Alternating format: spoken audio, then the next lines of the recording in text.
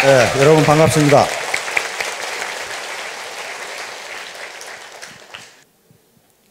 오늘 제가 제목으로 잡은 것은 1만 시간의 법칙이라고 하는 건데요. 요건 지금 미국의 이 신경과학자인 데니엘 레비틴이라고 하는 교수가 있습니다. 한번 비춰보세요. 데니엘 레비틴 교수인데, 네, 저 양반입니다. 데니엘 레비틴 교수가 지금 캐나다 이 맥길 대학의 신경과학 교수이자 심리학 교수이고 음악이론 교수이자 컴퓨터과학 교수 그리고 교육학 교수로 있는 분입니다. 좀 묘한 사람은 묘한 사람이에요. 조금. 이 사람은 원래 음악가이기 때문에 음악학자입니다. 그러면서 신경과학의 세계 최고의 권위자이신데, 이 양반이 이 독일 베를린 음악원에서 이 음악대학에서 5살에 입학해가지고 지금 21살이 된 이 음악 영재들을 조사를 했어요. 교수들에게 의뢰를 해서 이 학생들 중에 세계적인 음악가, 아주 탁월한 이 연주자하고 그냥 저 정도면 뭐 잘하는 거지, 그 정도 우수하다고 판단된 사람하고 연습 시간을 조사해 봤더니 탁월한 연주를 하는 사람, 탁월한 음악가가 될 사람은 모두 연습을 1만 시간 이상 했더라는 겁니다. 그런데 우수하다고, 그냥 우수한 정도다라고 판정을 받은 학생들은 연습을 8,000시간을 했더랍니다. 그러니까 그 연습 시간 2,000시간의 차이가 어떤 학생은 세계적인 연주가가 되고 어떤 학생은 그저 그런 연주가가 되고 그런 차이가 나더라는 겁니다. 그래서 이 레비틴 교수는 이게 도대체 무엇 때문에 그러는가? 그러면 음악가만 그러는가? 그래서 모든 분야에 그저 보통인 사람과 그 분야에 탁월한 사람들의 연습 시간을 모두 조사를 했어요. 농구 선수를 조사했어요. 그래서 농구 선수를 조사해 봤더니 역시 세계적인 농구 선수는 연습 시간이 10,000시간 이상이더라는 거예요. 요 배구 선수를 조사했고, 스케이트 선수를 조사했고, 피아니스트 조사하고, 그 다음에 심지어는 뭐까지 조사했냐면 도둑놈까지 조사했어요. 도둑질을 잘하는 놈과 못하는 놈은 연습 시간이 어느 정도인가. 근데 역시 세계적인 도둑놈은 도둑질 연습을 10,000시간 이상 했더라는 거예요. 그래서 이분이 결론을 내렸습니다. 어떤 사람이건 그 IQ에 관계없이, 초기에 일을 시작할 때의 능력에 관계없이 무조건 그 분야에서 성공하려면은 10,000시간 이상 연습하지 않으면 안 된다는 결론에 도달했습니다. 그래서 많은 학자들이 벌떼처럼 달라들어가지고 과연 그런가를 연구해 봤더니 지금까지 학자들이 연구한 결과는 단 하나의 예외도 없다는 거예요. 단 하나의 예외도 없다. 적어도 본받을 만큼 성공한 사람들은 1만 시간 이상 훈련이나 연습을 하지 않은 사람이 단 한 사람도 없다. 심지어는 도둑놈까지 똑같다. 가수도 그렇고 다 똑같다. 근데 이 1만 시간의 법칙이 세상에 크게 알려지게 된 건 말콤 그래드웰이라고 하는 사람이 있습니다. 말콤 그래드웰이라는 지금 뉴요커에 거기서 기사를 썼고 지금은 이 저술가로 있는데, 이 양반이 써서 아주 세계적인 베스트셀러가 된 아웃라이어라는 책이 있습니다. 우리나라 지금 시중에도 번역되어 나와 있어요. The Story of Success에서 성공 이야기. 이 사람이 쓴 이 책이 나옴으로써 지금까지 성공에 대한 관념이 완전히 바뀌었어요. 다시 말하면 지금까지는 성공하는 사람은 원래 타고날 때 유전자 자체가 다르다, 머리가 좋았다 그랬는데 그렇지가 않더라는 거예요. 전혀 그렇지가 않더라는 거예요.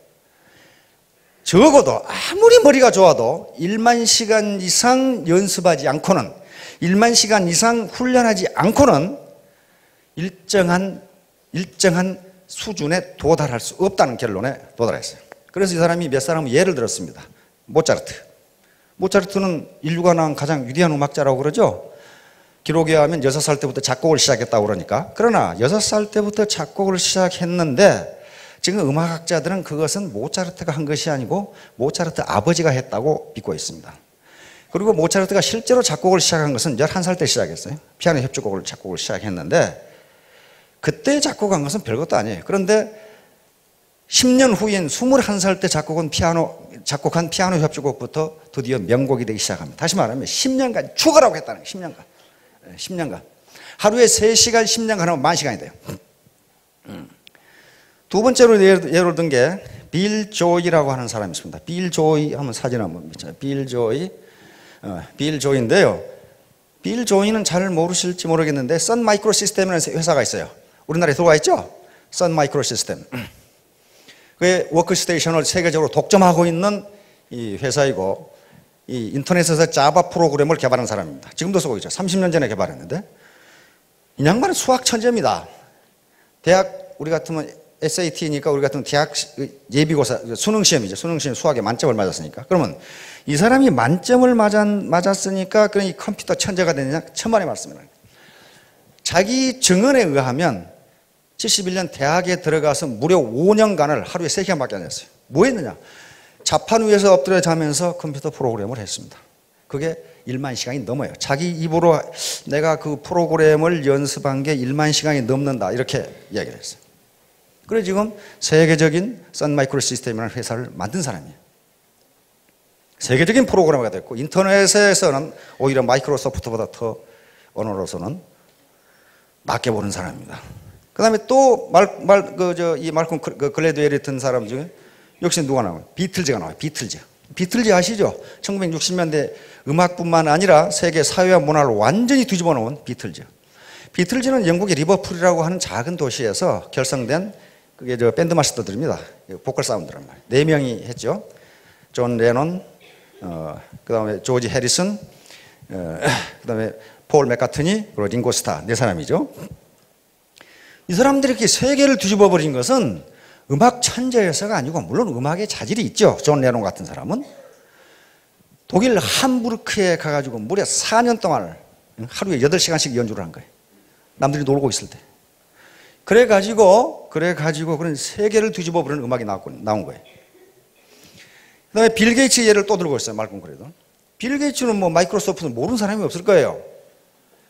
빌 게이츠 그 친구는 하버드 대학 2년을 중퇴한 사람이거든요. 그러니까 대학 가다 중퇴하면 성공하는가 보다. 천만의 말씀. 그렇게 되는 게 아니에요. 중학교 2학년 때부터 무려 5년을 컴퓨터 프로그램을 했어요. 완전히 거기 빠져가지고 그것만 했어요. 그래서 남들이 컴퓨터라는 게 뭔지를 모르는 시기에 무려 1만 시간 이상의 프로그램을 한 거예요. 그래가지고 하버드 대학을 다닐 필요가 없어진 거예요. 그 분야에 세계 최고가 돼버리니까. 이와 같이 말콤 그래드웰은 여러 가지 사례를 들면서 그 머리가 아무리 좋아도 1만 시간 이상을 연습하지 않으면 그 누구도 성공할 수 없다. 그래서 많은 학자들이 이제 데니얼 레비틴 교수에게 질문을 했습니다. 어떤 질문을 했냐면요. 그러면 모든 사람이 1만 시간을 연습하면 다 천재가 되느냐? 데니얼 교수의 대답은 no, 그렇지 않다. 모든 사람이 1만 시간을 연습한다고 해서 천재가 되는 건 아니지만 그러나 세계적으로 성공한 사람 중에 1만 시간 이상 연습하지 않은 사람은 단 한 사람도 없다. 알겠죠? 단 한 사람도 없다. 이게 얼마나 공평합니까? 만약에 IQ가 높은 사람은 조금 덜 해도 되고 IQ가 낮은 사람은 조금 더 해야 되고 좀 몸이 건강한 사람은 조금 덜 해도 되고 그렇다면은 아마 탓할 때가 많을 거예요. 아이고 우리 부모가 나를 이렇게 낳아가지고 결국 안 되는구만. 그런데 지금까지 뇌신경과학자들의 연구에 의하면 머리 IQ에 관계없이 어느 누구도 세계적인 명성을 얻을, 다시 말하면 해당 분야의 전문가, 존경받을 만한 전문가가 되는 데는 1만 시간 이상 투입하지 않으면 안 된다. 이렇게 되죠. 안 된다. 자, 지금까지 제가 지금 하는 얘기는 지난주부터 여기에 모이신 분들이 3가지 의문을 가지고 계실 거라고 그런 얘기를 했습니다. 첫째, 요 네트워크 사업을 할 것인가 말 것인가. 두 번째, 만약에 한다고 결심하면 어떻게 할 것인가. 세 번째는 나 같은 사람도 성공할 수 있을 것인가. 요 3가지 문제예요. 그래서 할 것인가 말 것인가에 대해서 지난주에 말씀을 드렸습니다. 즉 할 것인가 말 것인가. 요 모든 성공의 가장 중요한 3대 요소는 차가운 머리. 다시 말하면 냉철한 이성이라고 그랬습니다. 올바른 판단력, 그리고 따뜻한 가슴, 그리고 부지런한 손발. 요 세 개가 있지 않으면 절대로 되질 않아요. 우선 할 것인가 말 것인가를 결정해야 되는데 차가운 머리, 냉철한 이성으로 분석해 봐야 됩니다. 첫째가 이 회사가 합법적인가? 합법적인가? 물론 회사라는 이름의 간판을 걸었으면 합법적입니다. 그러나 겉으로는 합법적이지만 속으로 불법을 행하는 회사들이 비일비재합니다. 그런 걸 보셔야 된다.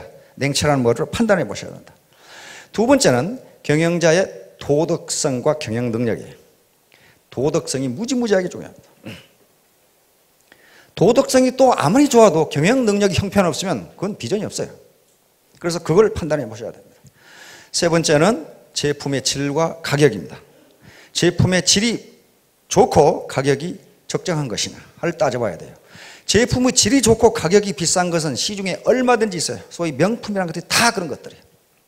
그러나 제품의 질도 좋지만은 서민이 쓸 수 있는 가격인가 하는 걸 따져보셔야 돼요. 네 번째는 보상 플랜. 내가 열심히 뛰었는데 빨대 꽂아 다 빨아먹고 나한테 오는 것이 없다. 위에서 다 빨아먹고 없다. 그렇다면 그거 뭐 할라 해요, 그런 거. 그런 회사들 무지무지 많습니다. 무지무지 많아요. 돈이 되긴 되는데 누구 돈이 되느냐? 경영진과 상류층에 돈만 돼요. 자기는 안 되는 경우예요. 마지막으로 비전이 있느냐 하는 걸 봐야 됩니다. 비전. 그런 걸 냉철한 머리로 판단해 보시고 따뜻한 가슴으로 판단해야 될 것은 내가 하는 이 일이 옳은 일이냐 하는 걸 따져봐야 돼요. 합법적이지만 옳다고 할 수 없는 일이 세상에 무지무지 많아요. 그리고 기업들의 그런 게 굉장히 많습니다. 법에 저촉되지는 않지만은 저게 과연 도덕적으로 옳은 것이 하는 것들이 많아요. 예를 들어서 몇 년 전에 어디 해안에 기름이 쏟아 부어졌어요. 그렇죠? 그런데 기름 오염과 관계된 회사는 기름 제거에 나타나지도 않았고 아직까지 10원도 보상 안 해줬어요. 법적으로는 아무 하자가 없습니다. 그러나 그걸 도덕적으로 옳다고 할 수는 없어요. 그렇잖아요. 그런 일들이 비일비재해요. 그러니까 과연 내가 지금 하는 일이 요 제품 좋고 가격 좋은데 요걸 과연 내 친구나 누구에게 전달하는 것이 옳은 일인가? 그 다음에 따뜻한 마음으로 판단해야 될 게 두 번째는 보람 있는 일인 거예요. 보람이 없으면 아무 일도 못합니다. 보람에 대해서는 시간이 있으면 또 다시 한번 언젠가 이야기할 텐데요. 보람 있는 일인가? 기적의 사명선언문이라는 책이 몇 년 전에 우리 사회에서 이 베스트셀러가 된 적이 있습니다. 한 사학가가 쓴 건데요. 로라 베스라고 하는 사학가가 쓴데 거기에 우리나라 송영근이라는 분이 번역을 했는데 그 서문에 이런 얘기가 있습니다. 중세 어떤 신부가 길을 지나가는데 세 명의 석공이 돌을 쪼고 있어요. 그래서 이 신부님이 한 석공에 물었습니다. 당신은 지금 뭘 하고 있습니까? 그러니까 이 석공이 대답하는 게 보면 모르셔. 돌 쪼고 있지 않소. 두 번째 석공에게 또 물었습니다. 뭘 하고 계십니까? 목구멍이 포도청이라 돌 쪼고 있지 않소. 세 번째 석공에게 또 물었습니다. 뭘 하고 계십니까? 아름다운 성전을 지을 주춧돌을 제가 만들고 있습니다. 이렇게 대답했단 말이에요. 그러면 돌을 쪼고 있다는 행위는 똑같은데 첫 번째, 보면 모르죠. 돌 쪼고 있지 않소. 그러면 이놈은 지가 지금 뭘 하고 있는지를 모르는 거예요. 뭐 때문에 돌을 쪼고 있는지 전혀 모르는 거죠. 두 번째 석공은 목구멍이 포도청이니까 하는 수 없이 한단 말이에요. 세 번째 석공은 돌을 쪼는 하찮은 일이지만은 자기가 쪼는 이 돌이 거대한 성전에, 아름다운 성전에 주춧돌이 된다는 것을 생각하고 있으니 누가 돌을 아름답게 그리고 빨리 잘 쪼겠나 그 말이에요. 다시 말하면 이 일이 보람 있다고 생각해야 뭔가 잘 되는 거지. 돈 벌기 위해서 한다든가 하는 수 없이 한다든가 내가 지금 뭘 하고 있는지 모르고 한다든가 북한에 물 뿌리는 놈처럼 그래가지고는 잘 되지 않는다 그런 말이에요. 그래서 과연 이 보람 있는 일인가를 생각해 보셔야 합니다. 오늘 말씀드리려고 하는 것은 바로 두 번째 어떻게 할 것인가 하는 거예요. 어떻게 할 것인가. 바로 1만 시간의 법칙이라는 게 반드시 필요하다. 반드시 필요하다. 왜 1만 시간이라는 게 필요하냐? 왜 1만 시간이라는 게 필요하냐? 뭔가를 극복하는데 그 정도 시간이 필요하다. 뭔가를 극복하는데. 그런데 1만 시간이 어떤 시간인가 생각해 보면 하루에 3시간씩에서 3년이 걸리는 시간이고 하루에 6시간씩 하면 5년이 걸리는 시간입니다. 바로 빌 게이츠나 아까 빌 조이라든가 비틀즈라든가 하는 사람들은, 비틀즈는 자기 증언에 의하면 하루에 8시간씩 연주를 했다고 그래요. 그래서 4년을 했어요. 그러니까 세계적인 음악가 되어버렸어요. 빌 조이와 이 빌 게이츠도 자기들 증언에 하면 5년간을 그렇게 했어요. 새벽 3시, 4시까지 계속 하루에 2-3시간 자고 컴퓨터 프로그래밍을 했다고, 그래서 자신들 입으로 1만 시간이 넘을 거라고 그렇게 이야기를 합니다. 그래서 세계적인 컴퓨터 프로그래머가 됐고 세계적인 기업의 경영자가 됐습니다. 그걸 더 열심히 한다면, 예를 들면 하루에 10시간씩을 투입한다면 3년이 걸리는 시간입니다. 아까 여기 있었던 리더들이 전부 다 3년 만에 올라온 사람입니다. 밤낮 없이 뛴 사람들이. 밤낮 없이. 자, 그래서요, 1만 시간의 법칙은 자연의 법칙과 거의 같습니다. 레비틴 교수에게 물었어요. 어째서 1만 시간이냐? 하필이면 왜 1만 시간이냐? 그러니까 레비틴 교수가 대답하기를, 이 사람은 신경과학자입니다. 뇌신경과학자예요. 그래서 뇌신경과학 중에서도 우리 인간이 음악을 어떻게 인식하는가를 연구하는 사람이에요. 그런데 이 사람이 아직 확실히 왜 1만 시간인지를 밝히지 못했지만 이 사람의 답변은 뭐냐 하면, 아마도 우리 뇌가 새로운 습관을 이해하고 거기에 적응하는데 1만 시간이 걸리는 것 같다. 그렇게 대답을 했어요.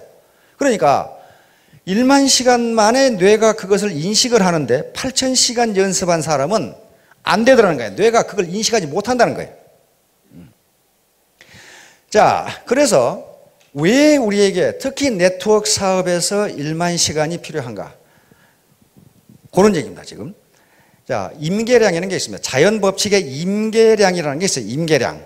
임계량은 그 임계량을 기준으로 임계량이 미치기 전의 양에서 일어나는 물리 현상과 임계량을 벗어났을 때 일어나는 물리 현상이 서로 다른 것을 이야기합니다. 그러니까 일반적으로 자연계에서 어떤 현상이 나타나는 데는 반드시 어떤 일정량을 넘어야 그 현상이 나타나지 그 전에는 전혀 나타나지 않는다. 자연현상에 이런 것이 있듯이 인간세에도 똑같이 있어요. 이게 창조의 법칙이니까 그렇단 말이에요. 똑같이 있어요.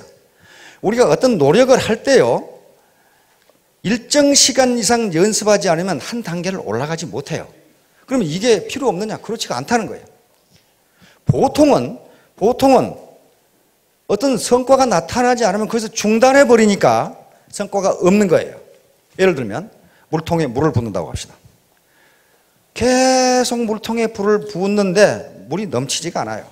그러나 어떤 한 방울에 물이 넘칩니다. 그게 임계량이에요. 그러면 그때가 앞에 그 부은 물이 필요 없느냐? 그렇지가 않다 이거예요. 그렇지가 않아요. 그게 있었기 때문에 결국 차가지고 어떤 순간에 물이 넘치게 되는 거예요. 인간에게 효과가 나타나는 것도 그 자연 법칙이 그대로 적용된다는 겁니다. 우리 누구지? 스케이팅 하는 김연아. 책에 보니까 요 뺑 도는 걸 10,000번 연습했답니다. 아무것도 아닐 것 같은데 나는 2번만 연습하면 되겠더만은 10,000번을 연습했다. 10,000번. 그런데 10,000번 중에 3,000번을 넘어졌답니다. 3,000번을 넘어졌다. 그래서 세계 챔피언이 된 거예요. 모든 사람이 다 그랬어요. 에디슨 같이 발명왕 어떻습니까? 인류 역사상 가장 많은 발명한 사람이에요. 1039가지인가 했죠. 특허와 발명이. 그런데 뭐라고 그랬어요? 전등 하나 만드는데요, 에디슨의 자서전에 보면 뭐라고 써놨냐면, 내가 전등을 만드는데 9,999번을 실패했더니 한 기자 녀석이 와서 내가 똥 만들고 있으니까 10,000번을 실패하냐고 물어보더라 그 말이에요. 그래서 에디슨 대답은, 이 사람아, 나는 실패한 적이 한 번도 없네. 불이 안 켜지는 방법을 9,999가지나 알아냈네. 그러더라고요. 근데 에디슨도 자기가 몇 번 실패한지를 잘 모르는가 봐요. 다른 사람이 쓴 에디슨 전기에는 3,000번을 실패했다가 나와요. 여러분 생각해 보세요. 백열 전구 만드는데 3,000번을 실패했는데 계속 했다. 그게 머리가 좋은 사람입니까? 별로 안 좋아요. 초등학교 3개월 다녔죠? 그런데 사명감을 가지고 그렇게 했어요. 에디슨의 모든 말은 그렇게 돼 있어요. 그 다음에 뭐라고 돼 있느냐? 천재는 1%의 영감과 99%의 노력이다. 천재란 단순히 자기가 맡은 일을 끝까지 해내는 인내심을 가진 사람이다. 이렇게 돼 있어요. 자기가 그렇게 했거든요. 그리고 내가 만든 모든 발명품은 우연히 된 것이라고는 하나도 없다. 내가 땀을 쏟고 그 다음에 연구를 해서 나온 것이다. 얼마 전에 우리 아침형 인간이라는 책이 베스트셀러가 됐어요. 일본인 의사가 쓴 겁니다. 일본인 의사가 쓴 건데요. 아침형 인간. 그 책에서도 그 의사는 뭐라고 하느냐면요. 전부 지금 젊은이들인가 모든 사람들이 올빼미형 인간이 돼 있대요. 아침에 늦게 일어나고 밤새도록 돌아다니는. 그런데 이 습관을 밤 11시에 자고 아침 5시에 일어나는 습관이 아침형 인간인데 요게 정착되는데 적어도 100일은 꾸준히 하지 않으면 그게 안 된다는 겁니다. 그 의사 얘기예요, 의사가. 의사 얘기예요. 100일은 해야 그게 된대요. 심지어는요, 대관령에서 명태 가지고 황태 만드는데도 100일은 해야 된답니다. 그 자료를 조사해 보니까 그게 20번을 얼었다 녹아야 된다는데요. 20번을 얼었다 녹았다 하고 바람이 불어야 되고 그런데 그게 약 100일 걸린답니다. 그렇지 않고서는 맛있는 황태가 안 된대요. 100이라는 의미가 그런 의미를 가지고 있습니다. 그 다음에 더욱더 과학적인 것은요. 우리 몸의 세포가 60조 개라고 그러는데 그건 누가 세봤는지는 잘 모르겠어요. 하여가 무지하게 많아요. 근데 하루에 수백억 개가 죽고 수백억 개가 새로 생겨난답니다. 그러면 예를 들어 500억 개가 죽는다. 그러면 우리 몸이 새로운 세포로 완전히 바꿔지는데 얼마 걸려요? 100일이 걸립니다. 100일이 걸려요. 그래서 아들 군대 갈 때 아이고 이 자식 잘 갔다 오라 이렇게 아는 분은 100일 후에 휴가 나오면 그 몸뚱이는 다른 몸뚱이에요. 전혀 처음에 안 왔던 몸뚱이는 전혀 아니에요. 자, 이와 같이 우리가 100일간 뭔가를 꾸준하게 지속하면은 우리 뇌세포 그리고 우리 세포가 아 이게 정상적인 상태라고 인식을 한다는 거예요. 그래서 습관이 바뀌어지는 거예요. 그래서 100일간의 몰입, 100일간의 정진이 가장 중요합니다. 그런데 네트워크 사업에서는 100일이 더욱 중요해요. 굉장히 중요한 게요. 왜 그러냐면요. 네트워크 사업에는 다른 사업하고는 달리 무지무지하게 극복하기 어려운 점들이 있어요. 그것은 100일간 정진하지 않고서는 도저히 극복이 안 돼요. 그런 문제가 뭐가 있을까요? 첫째, 체면과 자존심이에요. 내가 어떻게 살아왔는데. 특히 정서, 이성보다는 감성이 앞서는 한국인에게 있어서 체면과 자존심이라고 하는 문제를 극복한다는 게 쉬운 일이 아니에요. 그것은 내 세포, 그 다음에 내 사고방식에 들어가 있기 때문에 이걸 그냥 100일간 정진하지 않고서는 그 바꿔지지 않는다. 특히 사회적으로 성공했던 삶, 그리고 사회적으로 존경받았던 직위에 있던 분들이 더욱더 그래요. 제가 그런 삶을 살아와서 알거든요. 바꾸기가 무지무지하게 힘들어요. 그런데 이게 옳고 이것이 보람 있다고 생각하고 밀어붙여서 100일간만 하면 이게 바꿔져요. 바꿔진다고 하는 거예요. 엊그제 지난주에 제가 이사를 했고 또 쿠웨이트 대사를 하던 친구가 귀국을 했어요. 그래서 입국 축하 겸 지금 본부대사로 있는데 이모부 장군들하고 교수 한 10여 명을 초청해서 집에서 파티를 했습니다. 그런데 그 대사 부인이 애터미 화장품을 보더니 깜짝 놀래요. 이거 어디서 났냐고 물어보더라고. 당신 이걸 어떻게 하냐고 그랬더니 글쎄 어디서 났냐고 이제 물어보는 거예요. 어디서 사면 되냐고 그렇게 물어 깜짝 놀랐어요.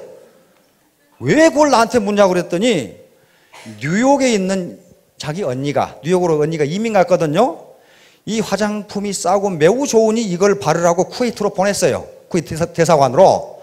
그래서 이걸 지금 써보니까 무지무지 좋은데 다 떨어졌는데 언니한테 지금 뉴욕에 주문하려고 하는데 여기가 왜 이게 있냐 이게. 그래서 내가 그 부인들 집합시켜놓고 일장 훈시를 이제 하고 이 화장품을 한 달간 바르면 우리 문대사라든가 여러 장군들이 아침에 일어나서 아가씨 어디서 오셨냐고 이렇게 물을 거다. 그랬더니 이 대사 부인이 자기는 지금 이거 한 통을 다 발랐는데 이 문대사가 이 아가씨라고 안 부른다. 그래서 제가 답변하기를 너무 적게 바르니까 그런다. 왕창 발라라. 이제 그래서 내가 공짜로 한 세트를 줄 테니 다음부터는 너희들이 샀어라 그랬거든요. 어떻게 샀으냐? 회원에 가입해라. 그랬더니 가입하겠다. 그래서 이제 거기에 여러 명의 이 아줌마 패들을 회원에 가입시키고 그렇게 했어요.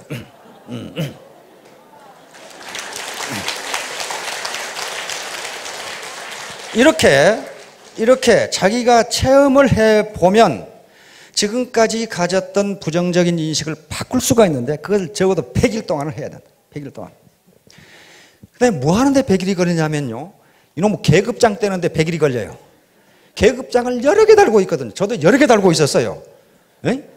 육사 졸업했지. 서울대학 졸업했지. 사관학교 교수였지. 미국에 유학 갔다 왔지. 박사학위 받았지. 육군 대령이었지. 그러니까 계급장 여러 개 붙어 있어. 이걸 떼기가 무지무지 어려워요. 지금 이 중에도 저보다 훌륭한 사람들이 무지무지 많아요. 공학 박사도 있고 심리학 박사, 지역영어 박사, 경영학 박사, 그다음에 회사 회장했던 분, 사장했던 분 많습니다. 수백억 수주를 받아서 일했던 분 많아요. 그런데 그 양반들 열심히 하시는 거 보면은 계급장을 완전히 뗐어요. 근데 지금도 계급장 붙이고 있는 사람이 죄다 많아, 굉장히 많아요. 그럼 100일간 정진을 안 해서 그래요. 계급장 그거 아무 필요 없어요. 자기만 그것이 계급장이라고 생각하지 다른 파트너는 뭐라고 생각합니까? 꼴에 진짜 육갑 떨고 있는 그런 식으로 전혀 인식을 하잖아요. 전혀 안 하죠. 그게 공주병하고 왕자병이에요. 공주병과 왕자병이 들었다는 것은요, 공주와 왕자가 아니란 걸 의미합니다. 진짜 공주와 진짜 왕자는 그런 병에 걸리질 않아요. 그렇잖아요. 그런 사람들은요, 다른 사람을 우습게 봐요. 내가 누군데? 야, 근데 공주병에 걸린 분들을 보면요, 그 얼굴이 공주가 아니에요, 사실은. 아주 평범한데 자기는 공주라고 생각한단 말이에요. 그런 분들이 많아요. 어떤 성당에서 부인이 와가지고 신부님, 제가요, 저는 제 얼굴이 너무 아름다워서 하루에 몇 번씩을 제 얼굴을 보고 감탄을 하는데 이것도 죄입니까? 신부님이 대답하시기를 죄는 아닙니다만은 착각입니다. 이렇게 이제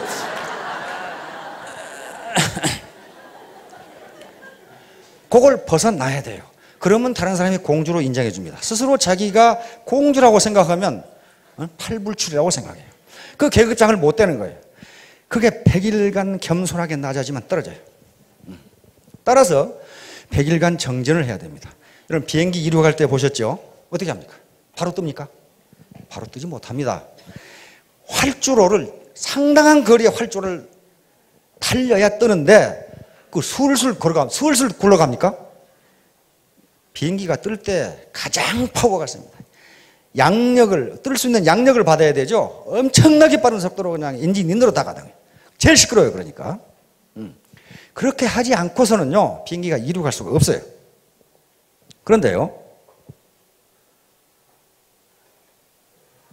이륙하기 직전까지 비행기는 하늘에 있는 게 아니고 어디 있어요? 땅에 있어요. 아무런 성과도 없어요. 예를 들어 활주로가 4km다. 근데 3.9km 날아갔다. 달려갔다. 아, 이거 안 뜨네. 멈췄다.